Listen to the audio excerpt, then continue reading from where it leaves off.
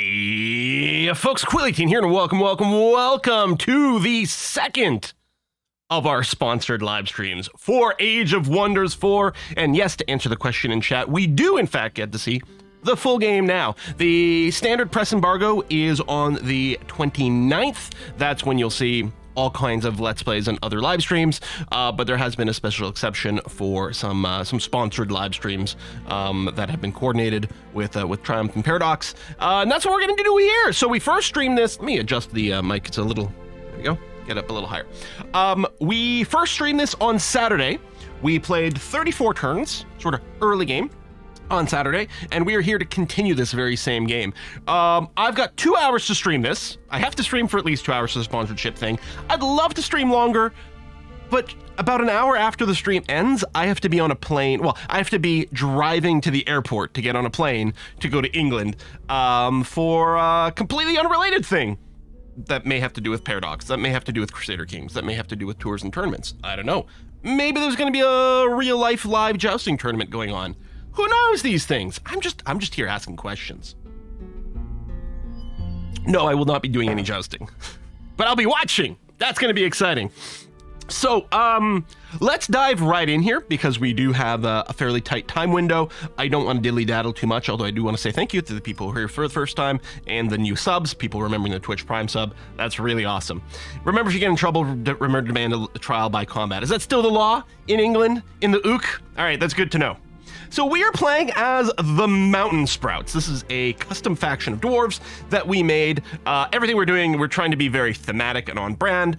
There's no guarantee, of course, that we created the most efficient and overpowered race, but so far, things have been going pretty well. We've already transformed a race once. We added the Earthkin trait to our species. Every unit that we make that is a Mountain Sprite, hey, circus music, will forever and always have +1 defense, as well as rock camouflage and rock walk. The +1 defense is kind of nice. We have stacked quite a lot of physical defense. We've got tough, we've got defensive tactics, which also improves our resistance as well, and we've got a few other things going on. So in terms of physical damage, if our units are being targeted by physical damage, we are going to be in pretty good shape. The downside is we don't really have much that's boosting our resistances other than defensive tactics, and we do have a couple of spells and some support unit stuff as well that can do it. But magic, just like with Superman, magic is our weakness.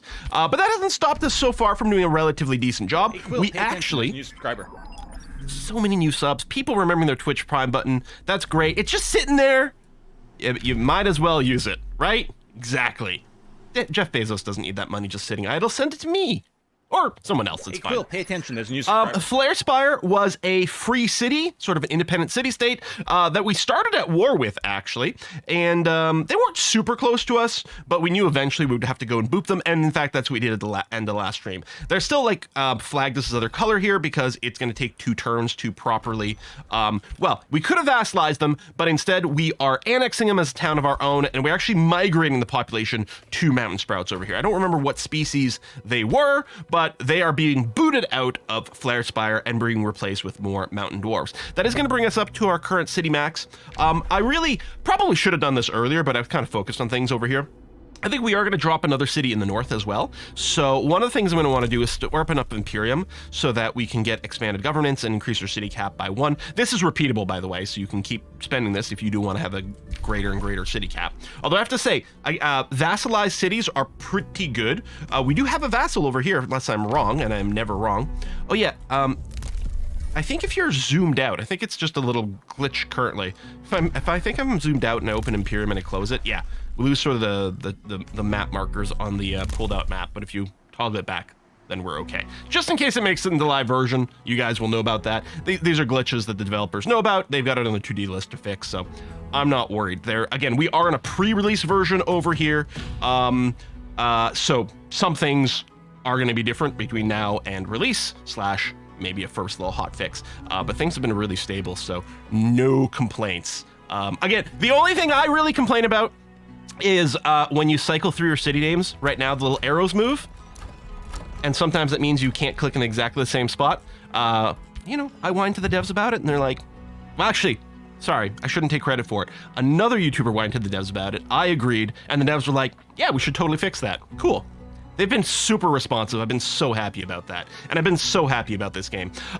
We played Age of Wonders 3, and certainly we played Planetfall, but 4 here is really doing it for me. Again, disclaimer, this is a sponsored live stream. Hey, if you do exclamation mark what game, you'll get a link to where you can pre-order, or at least keep an eye on the game for the release, which is, again, just on May 2nd, so we're very close to that.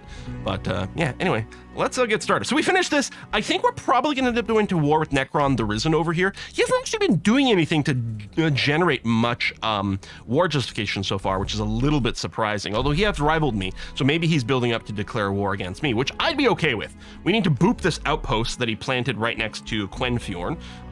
That is going to be between Quenfjorn and Flarespire. Hopefully he doesn't make it in the city, or even if he does, we're probably going to have to burn this down.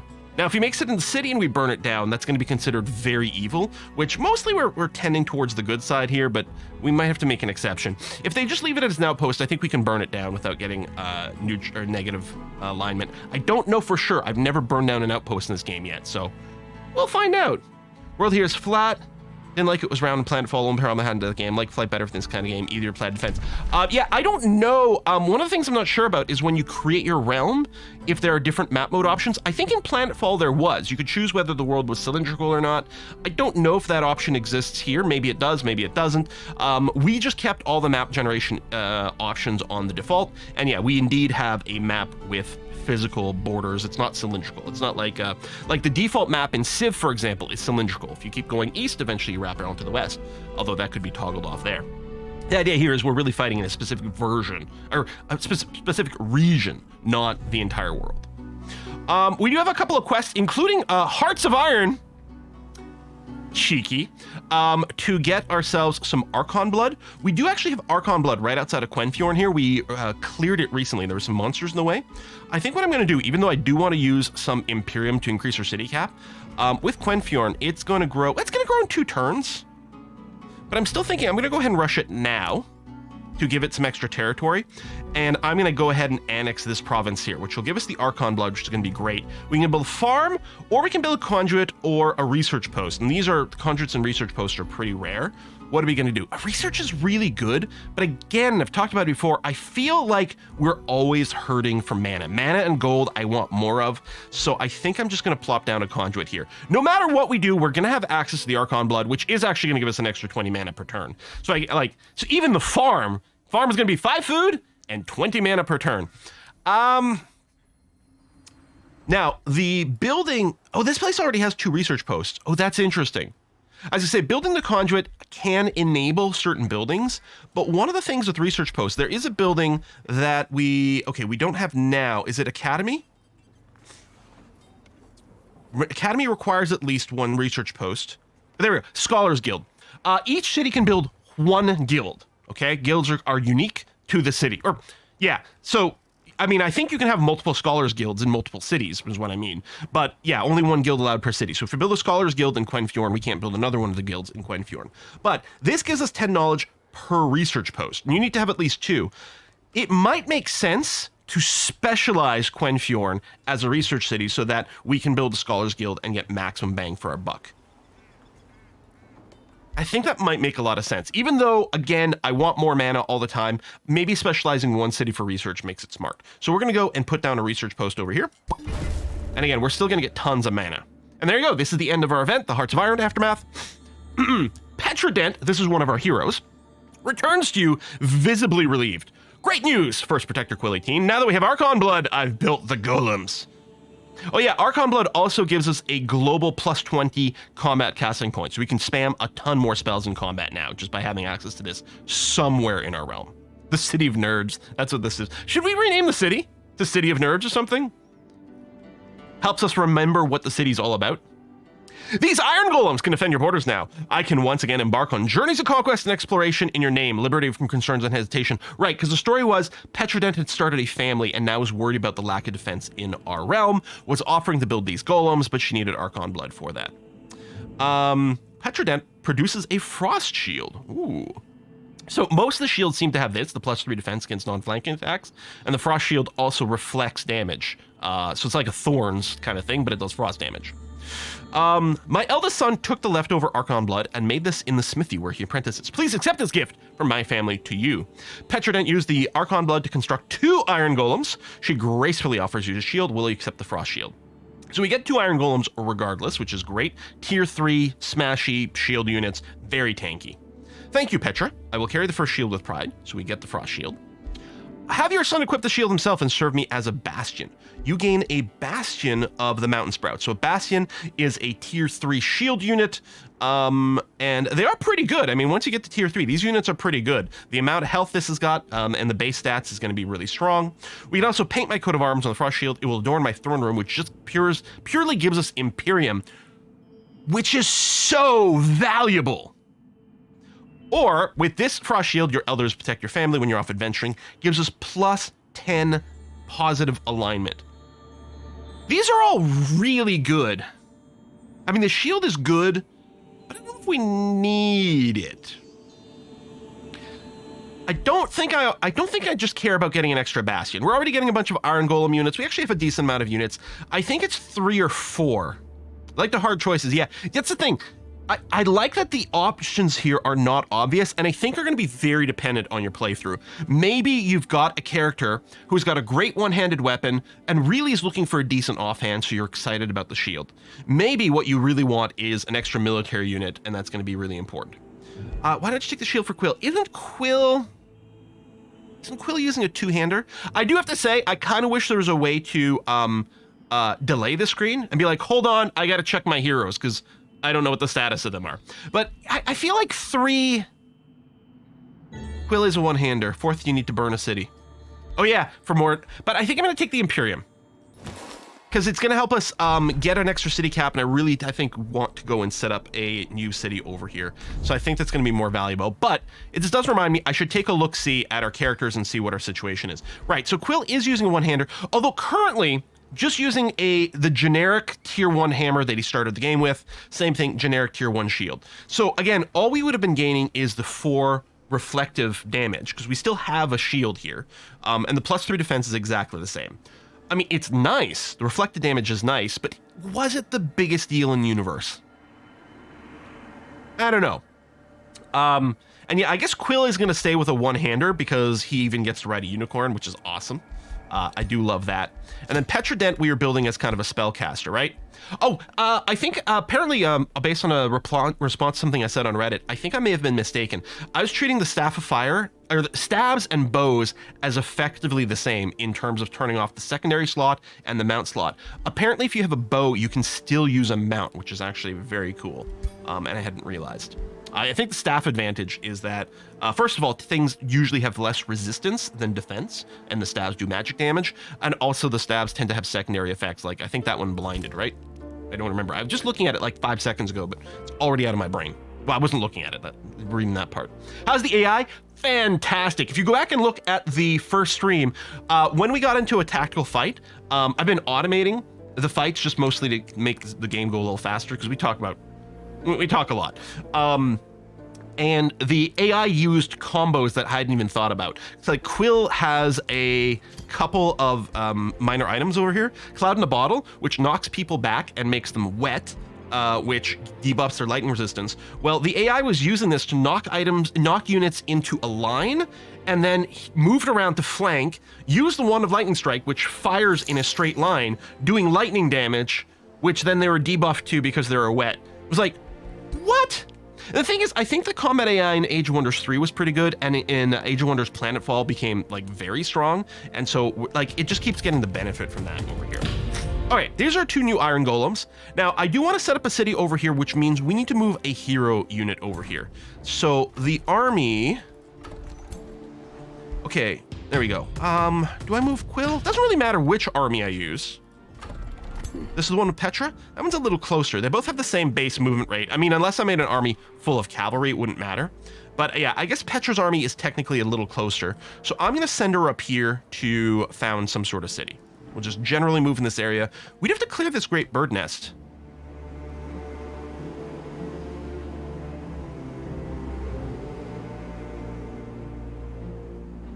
which we can stack multiple units for. I just want to send everyone up here. I mean, I guess I may as well.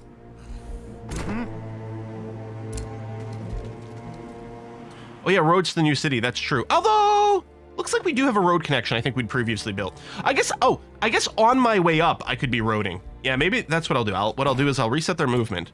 And we might miss a tile here, but yeah, you're right. We should auto-road some more over here. I'd gonna sell one of the golems up here to merge in with Petra's army.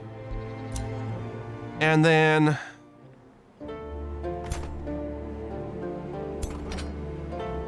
I don't think we're really going to be attacked on this flank. Maybe what I'll do is I'll just go and merge into the army at Quenfjorn, because again, I'm expecting to go to war with Necron at some point, so maybe having some more units a little closer to the western flank is going to be a good idea. Quenfjord, which we're going to rename now to Nerdton. Nerdentown? In Scotland, near Ayr, which I love, there is a town there called Newton upon Ayr, the River Ayr. So I kind of Newton upon Ayr. Apparently can't type today. I think I'm actually sitting in a slightly different position. I'm not aligned with my keyboard. There you go. I like it. Nerdtopia? Nerdheim? Oh, I like Nerdheim. That's good. All right, done. All right. So yeah, we are going to go and work our way up to the guild, but we might still want to consider a few other things. City stability is actually negative right now. I mean, it's fine because it's still neutral, although if we gain a few more stability hits, which happens just naturally as the city expands. If we go over here and check the domain, you can see each province you add just generates reduced stability. Hey, Quill, so it might be worth throwing a tavern in just to counter that. I think I like that idea. Hey, Akamoria, thanks for the sub. Right, we got our Archon Blood, so we got the combat casting points, plus it generating tons of mana. A message. Oh, this is from our friend, Mashara. Oh, letting us know that we can negotiate another pact. I wonder if we can get a full alliance going on here. Yes! So that way, I mean, we already had the defensive pact if Necron started a war with us, but now if Necron, if we decide to attack Necron, we could potentially pull our ally in. Necron, meanwhile, is denouncing me because he's a big jerk face. How far into the game you're allowed to play? I believe on the second stream, I'm allowed to play, like, I think theoretically we could end the game. This is, so the first stream was the early game, the second stream is the end game, although really we're just basically gonna do mid game today.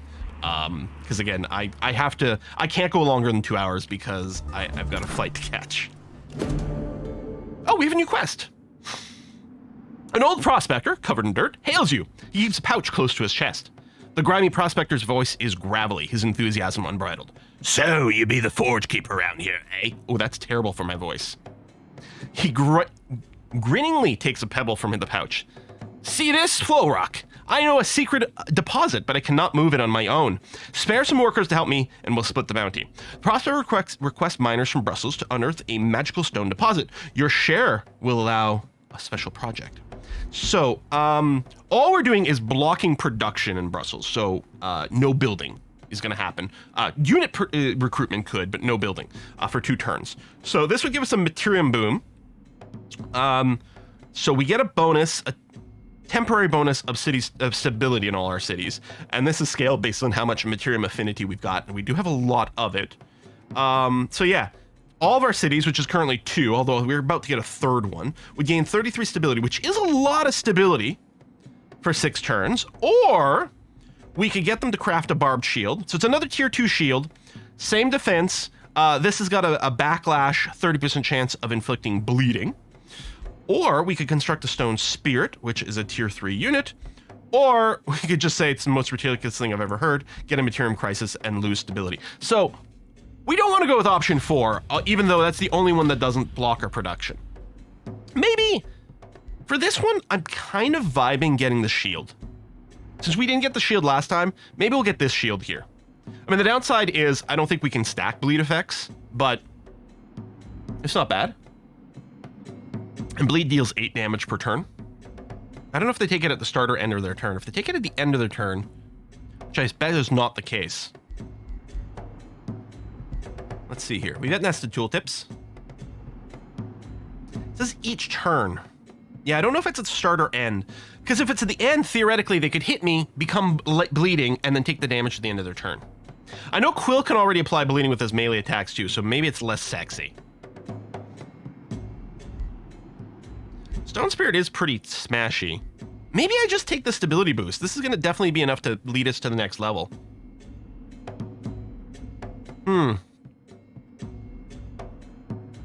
Yeah, production is blocked, but draft isn't. That is correct. All right, you know what? Let's take the stab. So yeah, right now we're at 23, which brings us to stable. Yeah, 10 and above gets stable, which does give us a boost to production, food and production, although we're not benefiting from the production for 2 turns in the capital. And yeah, we can still do more recruiting. Currently, I'm not doing recruiting because I feel like I've got a decent amount of units. And I mean, we're only getting 25% conversion, but more food is kind of nice to grow our borders. Although Brussels doesn't have any units sitting here. Maybe I should build up another army here.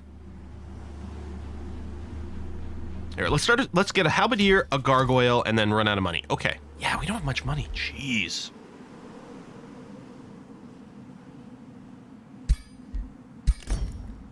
Yeah, let's just let it run. More food equals more people equals more production. Okay, so this unit here... Well, let me move these forward. Well, no, actually, hold on. You are going to move forward, building a road, because everyone else should be able to maybe follow the road and move a little faster. You're also going to build a road to there. Yeah, it might not change much, but... And you don't build a road. We're still damaged from the fighting, but we should be able to overwhelm these guys with huge strength. Oh, did I not split these two? There you go. I thought you were supposed to be split. I must have unclicked and reclicked things. Oh, yeah, and I was summoning another Stone Spirit to send to that army, but I don't need it right now. What I'm going to do is I'm just going to cancel it. So this spell is still going to be sitting here ready to go whenever I want. I can fire it off. Have we cast Awakened Tools on our cities yet? I don't think we have. So they do take a city stability decrease, but they get a huge boost to production and draft. Although it does have spell upkeep, and we don't have infinite mana, so maybe I won't right now. Yeah, Necron could jump on that. I guess he could insta-summon, he could insta-start a war. Maybe what I should do with these guys. Maybe I'll move them to Flare Spire. Maybe I'll also, you know what, I'm going to drop the Stone Spirit over here. And then we'll reorganize some stuff. But yeah, maybe I'll get some units over here. I think he would still have to complete the siege. And presumably we're going to have some fortifications in place. So we'll have time to respond if Necron started something. Oh, kind-hearted Magitarian. We met a new city. Do we have a Whispering Stone? We do. Now, our friends over here have been developing a little bit of relationship with these guys.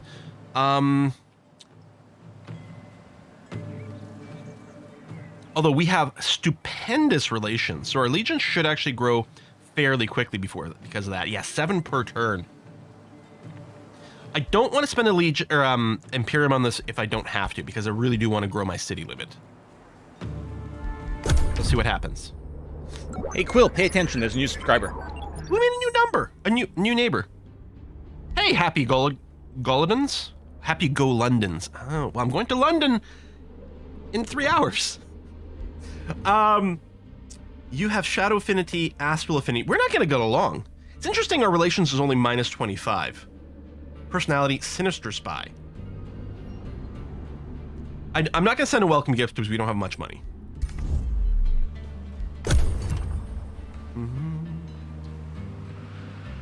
Wait, you can assign your Whispering Stone to your own cities? What?